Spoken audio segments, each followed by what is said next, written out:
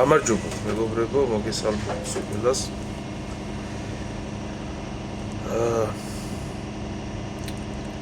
ჩემი დამოკიდებულება მინდა გითხრათ 17 მაისის აისთან დაკავშირებით რა. 17 მაისი ხო არის ოჯახის სიწმინდე დღედ გამოცხადებული, რომელიც გამოაცხადა პატრიარქმა ილია მეორემ და გამოაცხადა იმ ყველაფრის შემდეგ, რომ საქართველოში უნდა ჩატარებულიყო ამ კონკრეტულ დღეს უნდა ჩატარებულიყო გეი აღლუმი. ეს იმ ხალხისთვის, ვინც შეიძლება არ იცოდეს და ან ცნობიერებაში ქონდეს დავიწყებული 17 მაისს რა ხდება, ეს ცოტა ხანმოკლე ცნობიერებით არის ხალხი გამორჩეული. და 17 მაისს თქვენ წარმოიდგინეთ ხალხო, 17 მაისს სანამ 17 მაისი იქნებოდა მთლიანად ორკესტრირებულად გამოსულიყო ტელევიზია, სახელმწიფო და ყველა და პოლიცია და ეს ყველა ხალხი და დიდი კორდონი ჰქონდათ გაკეთებული აი ბოდიში და ინდაურებისთვის, აღარ დავიკონკრეტებ ვინებისთვის, რომ ჩაეტარებინათ ეს გეი აღლუმი. და 2013 წლიდან თითქმის 2021 თუ 22 წლამდე ბოლო უკვე რუსეთში უკვე ომი დაწყებული იყო და რაღაცა მაგ წლამდე 17 მაისი იყო რაღაცა ისეთი დღე, რომ აი ყოველთვის რაღაც კრიტიკის დღე იყო ტელეკომპანია იმედის მხრიდან, პოსტივის მხრიდან, ფორმულას მხრიდან, გარკვეული დეპუტატების მხრიდან, რომლებიც ოცნებაში იყვნენ და აკრიტიკებდნენ და დღესაც არიან, მაგრამ დღეს რაღაცომღაც უცებ გარდაიქმნენ და ოჯახის წმინდანები გამოვიდნენ და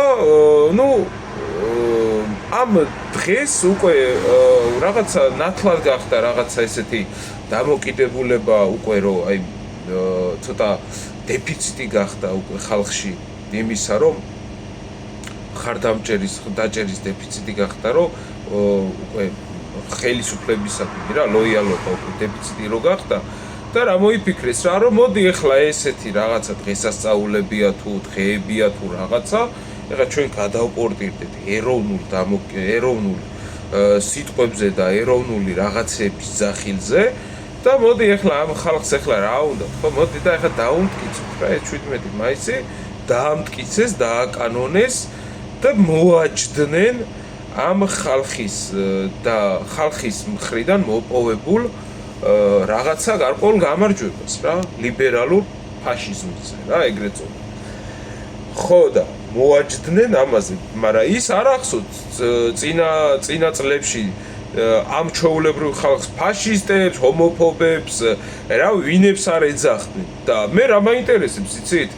ბატონო პრემიერებო, ბატონო დეპუტატებო, ეხლა თქვენ ამ 17 მაისს რო გამოდიხართ, ჰომოფობები ხართ, ისინი ხართ, რა ქვია, ფაშისტები ხართ, თუ ანტიდემოკრატიული ხალხი ხარ თუ რა, ანუ ძალიან მაინტერესებს რა.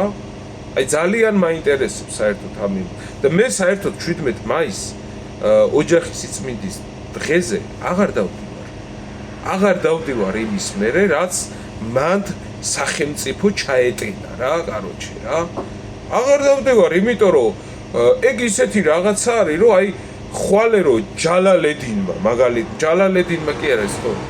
ხო ჯალალედინი არა.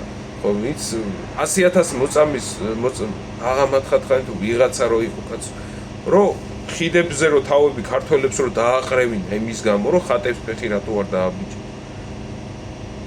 რო ეხლა იმისმა მორბედმა რო თქვას რო იცით რა არის აი ეს ეგ ხიდი უნდა გავაკეთოთ რაღაც წმინდანების ხიდი ეს ხო სუფთა ფარისევლობა არის ხო აქ ხო უბრალოდ აი პოპულიზმია მეტი არაფერი არ არის უბრალოდ ვიღაცის თვალში გინდა რომ კარგი მართველი გამოჩნდე, კარგი ტიპი გამოჩნდე და ხო და ნუ აქედან გამომდინარე საუბრობ მასეთ რაღაცებს. გინდა რომ ასეთი რაღაცები ლაპარაკო. გინდა რომ გამოხვიდე რაღაცა მაგარი ბიჭი, მაგარი რაღაცა კონსერვატორი, ეროვნული, ჯერ საერთოდ აი ეს დაყოფილი რო არის ხალხი, ლიბერალი, კონსერვატორი, ეროვნული, იმისტი, ამისტი, უკვე ყელში ამის არის რა, მოსაბეზრებელია რა. უკვე მოსაბეზრებელია რა. მე ისავარ, მე ესავარ, მე ამას უჭერ ხალხს, მე იმას უჭერ ხალხს. ეხლა ერთს კიდე ჩემს პატარა მცირე შეხედულებას ვიტყვი.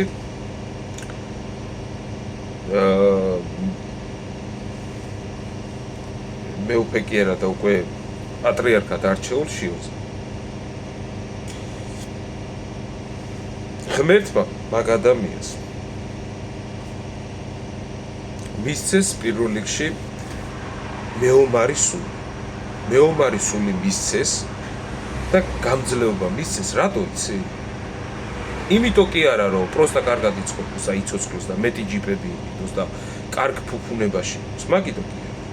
იმიტომ რომ თუ კი ეგ ადამიანი დააპირებს, აი რაღაცა ისეთის გადაწყვეტას, რაც შეიძლება რომ მისთვის დამაზიანებელი იყოს და გარკვეულწილად მის რეპუტაციასაც კი ეხებოდეს, რას გულისხმობ, აგერ გეტყვი. ადამიანი, კაცო, ჩვენ ყველამ კარგად ვიცით, კაცო, დღეს რა პრობლემები არის. დღეს რა ხდება საქართველოში? სანამდე მეუფეები და მამაოები და ისინი, რა ქვია, პრეზიდენტები დაიწყებდნენ მაგის ლაპარაკს, მანამ ჯერ ხალხი ლაპარაკობს, კაცო. და ხალხმაც ყველამ კარგად ვიცის და აი ეს აბორტები, ეს LGBT თემა, ეს უკვე გაცვეთილი თემა ხალხი. ეს უკვე ისეთი თემა არის, რომ აბა ნაცები გინდათ, აი რაღაცა ესეთში გადაიყვანეს უკვე რა. აი ეს პრობლემა გადასული არის, აი აბა ნაცები გინდა ძმაო, აბა ამ პედარას, აბა ესენი გინდა, მოიცადე კაცო, შენ ხელისუფლებას არ უჭერ, აბა ვინ გინდა ესენი რომ მოვიდნენ ისინი ქათამები და ისინი ვიღაცები, ეგენი გინდა? ეგ უკვე გაცრეცილი თემაა. ეგ მაგის მაგაზე პრობლემა და პედალირება ხალხმა დაიწყო მასიურად 2015 წლიდან, როცა უკვე იყო აი აშკარა ისეთი ავანგარდი იმისა, ბოდიშით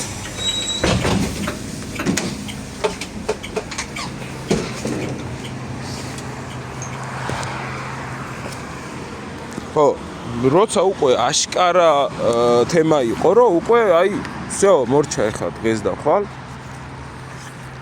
ესენ თუ არ შეიცვალა აი ეს მოცემულობა, ლიბერალური მოცემულობა, ისი აზრი არ აქვს, ხო? ხო და მე ესე ვფიქრობ. დღევანდელი კათალიკოს პატრიარქოს შიო მესამის მისია ამ მოცემულ სიტუაციაში. მე როგორც რიგითი ქართველი, რიგითი ადამიანი, არა პოლიტიკოსი, არა რაღაცის წარმომადგენელი ბიზნესების არა.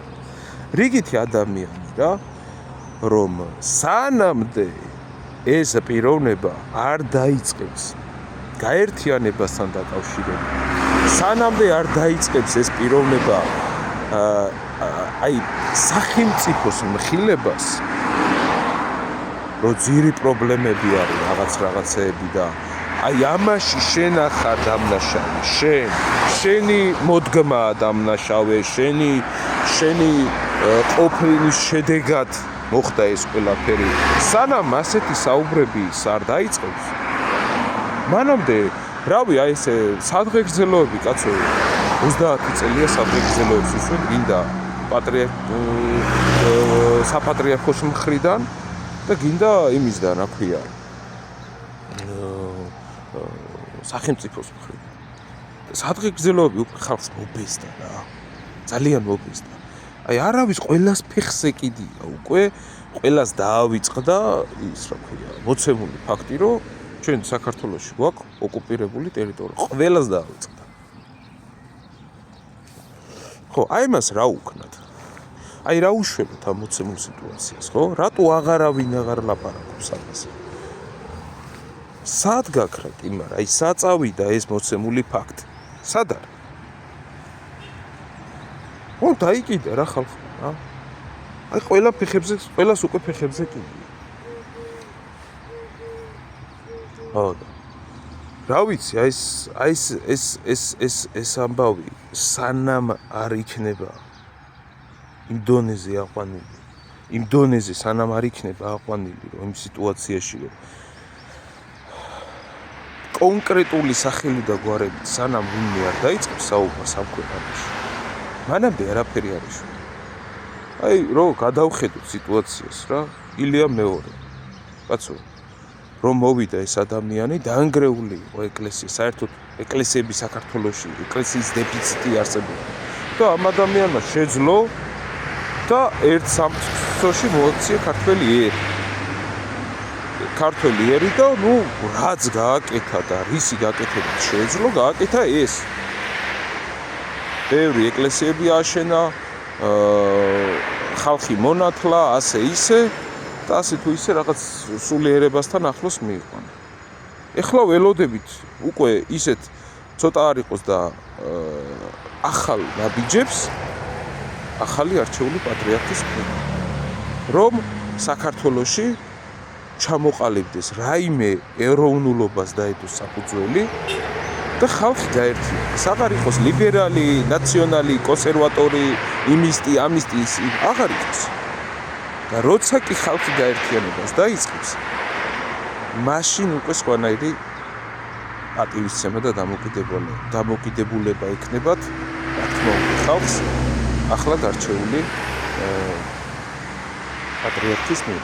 ნუ დღესდღეობით ჯერჯერობით ყველა აკვირდება, ყველა რაღაცებს უყურებს.